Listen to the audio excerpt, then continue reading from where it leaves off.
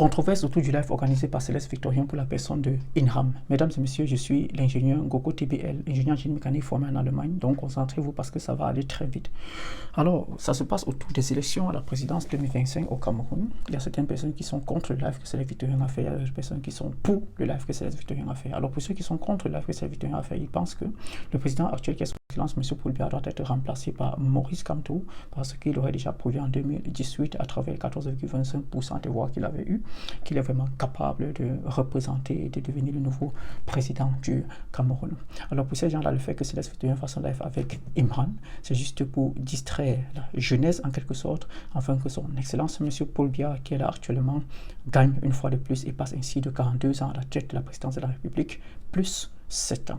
Alors, pour ceux qui sont contre cet avis et qui sont pour le live de Céleste Victorien, ils pensent que le professeur Maurice Kamto est tout simplement un candidat à juste titre, un candidat comme Imran par exemple, ou bien un candidat comme on ne met pas l'argent sur l'argent.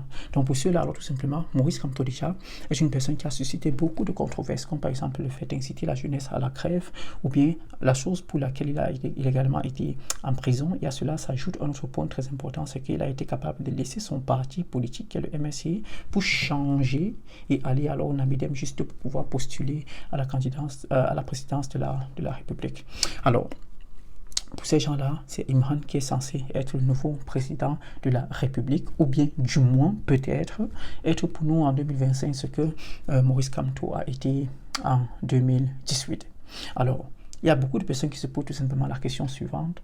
Est-ce que cela ne reste toujours pas une marche afin que son excellence, M. Paul Biya, qui est là actuellement, gagne des élections une fois de plus et passe ainsi de 42 ans plus 7 ans, soit à peu près 49 à 50 ans de pouvoir au Cameroun. Alors mon avis personnel est que, j'aimerais vous inviter à écouter cela très attentivement. Je passe à la page suivante. Hey, il n'y a pas. Où est mon avis? Où est la page sur mon avis? Mon avis.